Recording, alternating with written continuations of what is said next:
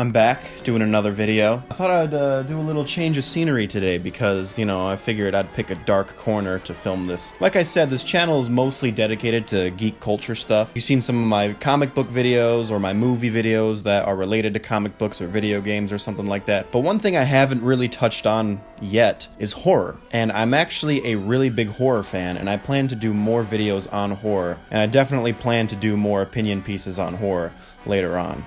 So a friend gave me this idea to do a top 5 horror films that you can find on Netflix. I figured that's a great idea. So what I'm going by here is that these are my personal favorite horror films that you can find on Netflix. Now here's the thing with Netflix. Netflix, especially with horror films, is a crapshoot. And by that I mean it's literally a chute full of crap. As in, there's a lot of crap on Netflix, especially in the horror genre. But there's some golden nuggets in that crap. I probably could have done a top 10 list, but I'm too lazy. The criteria that goes into these horror films that I'm going to pick is I'm going more for an independent vibe. And even if they were in theaters, they're more independent horror films that are a little more obscure, horror films that didn't really find their audience until they hit Netflix. So don't expect to see The Descendants or The Conjuring on here because those are big budget horror films that were in theaters before they, you know, were on Netflix. So, and also just a disclaimer, I have not seen every horror film on Netflix. So if you see my list and you're like, oh, why wasn't The Void on the list, or In the Eyes of My Mother, or Raw, it's because I haven't seen those films. There was surprisingly a good amount of decent horror films on Netflix. I only want to do top 5, so here are some honorable mentions. Hush, Before I Wake, and The Ritual. Those are some good ones that I highly recommend. The Ritual was almost in the top 5 due to its amazing monster design. I think it has one of the most original monster designs that I have seen, but there was another film that etched it out, and I'll get to that in a second. I think it's time for a new graphic.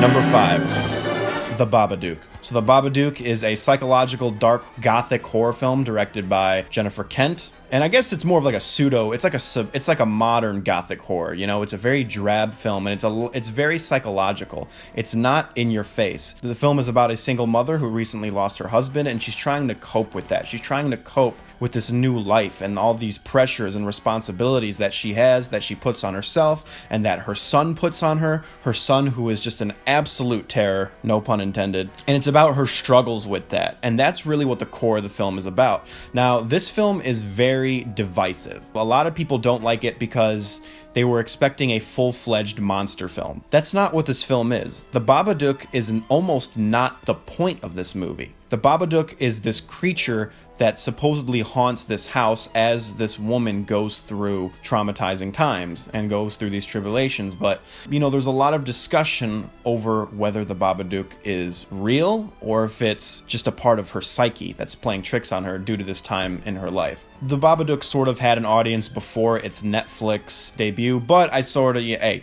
it's my list, so I'll bend the rules. It's a good horror film, definitely recommend it.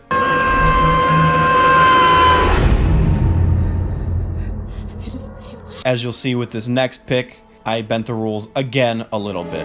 Number 4, It Follows. Okay, It Follows is probably one of my favorite horror films of all time. It's a slow burn horror thriller about this thing that is constantly following somebody. And once it catches you, it obviously kills you. But here's the catch. The only way for this thing to stop following you is for you to have sex with someone else and transmit it to them. Obviously, this is an allegory for something. You know, it harkens back to old school horror films. You can tell by its poster and a lot of its marketing material that it's marketed toward an audience for old-fashioned horror, and that's why I love it so much. The person who has this disease where this ghost or this spirit keeps following you, only you can see it. Wherever you are, it's somewhere walking straight for you. So that kind of adds a level of tension and fear when you're trying to convince everyone around you that there's this thing following you, trying to kill you, and you always have to be moving, and no one believes you because they can't see it. You know, it adds that level of suspense. But its atmosphere, its mood, and its tone and themes of vulnerability, it's really, really interesting. The reason I have The Babadook and It Follows as my bottom 2 is because, again, they sort of had an audience before Netflix. You know, I saw It Follows in theaters before I even had Netflix. So I think It Follows is better than the rest of the films I'm about to say, but because I want to shine a spotlight on the more obscure horror films, I'm going to put It Follows at number 4.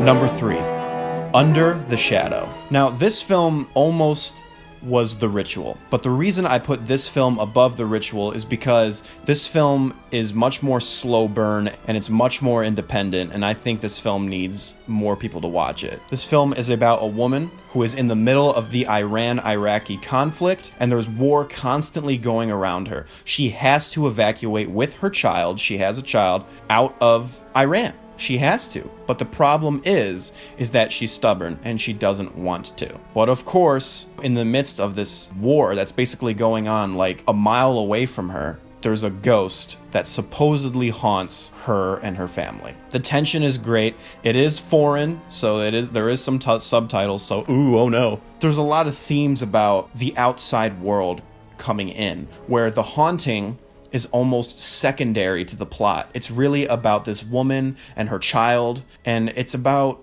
dealing with these outside horrors, these human horrors that are around her. You know, like I said, the ghost is almost secondary, and there's a lot of history behind this ghost if you're into, you know, that culture, and it's something that's very interesting, and I liked it a lot. Again, it's very obscure. It's on Netflix right now. I definitely recommend checking it out.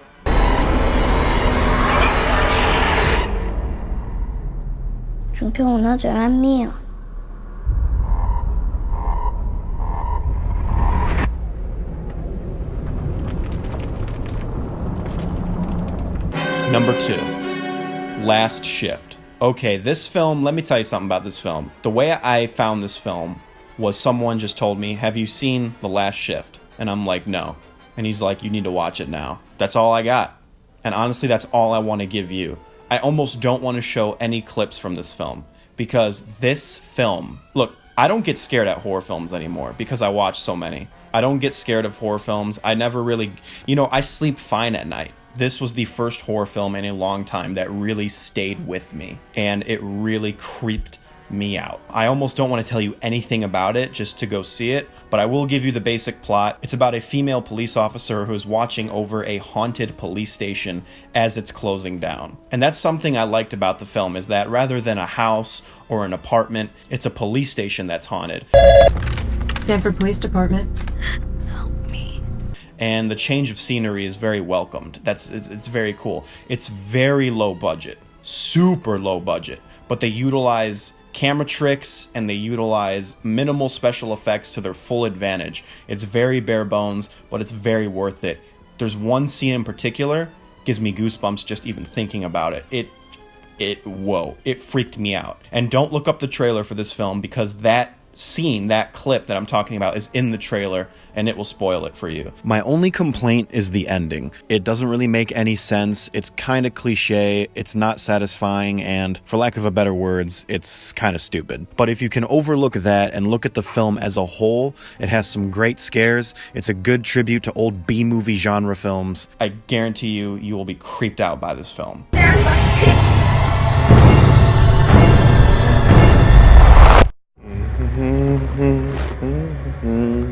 Number 1, Veronica. Okay, before you comment, hear me out. Let me tell you how I saw Veronica. I saw Veronica because a friend of mine texted me up one night as I was hanging out with another friend, and he's like, hey, have you heard of the horror film Veronica? And I'm like, no, I haven't. And he's like, oh, it's on Netflix. You should watch it. People are saying it's really scary.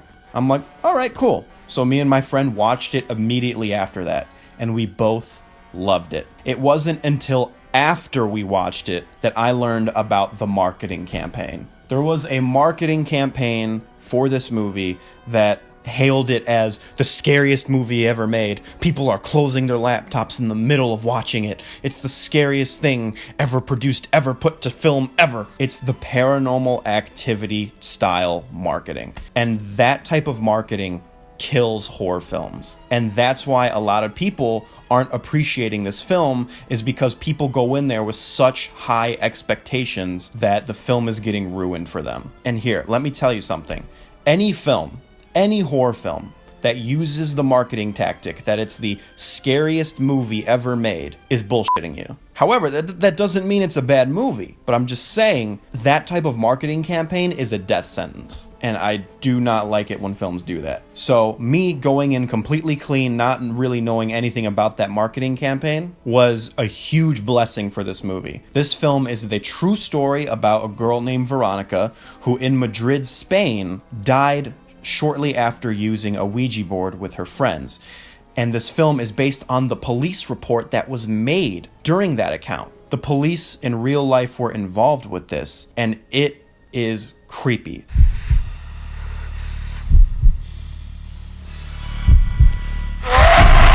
It's very psychological, but it utilizes its independent budget to its full extent, kind of like Last Shift. But this has some amazing, subtle, nuanced performances and nuanced camera tricks and special effects, stuff in the background that you might not even notice, stuff that's just creepily lurking somewhere in the frame that it's not the forefront. There's a few jump scares, but very minimal, and I cannot recommend this film enough. Now again, I'm sort of doing the same thing where I'm hyping it up for you. It's not the scariest film ever made. It's not the best horror film ever made. But the cinematography, the performances, and the true story behind it really, really elevated this film for me. And I think it's a great horror film that you should all check out. It is in Spanish, so again, subtitles, ooh, trust me, it's worth it. There are some creepy, creepy scenes and very subtle scares that really make the hair on my neck stand up. And it's definitely worth your time. And that's why, to me, it is the best horror film on Netflix right now. Aquello de lo que no te despides se queda contigo. Aquello de lo que no te despides se queda contigo. No mováis. Pero si estoy yo sola. No. No estás sola. I plan to do more lists like this in the future, more videos on horror, more videos on Netflix even, because I do watch a lot of things on Netflix. I was thinking about doing maybe a drama list sometime in the future. I hope you enjoyed this vid. Clever catchphrase. I'll see you guys later.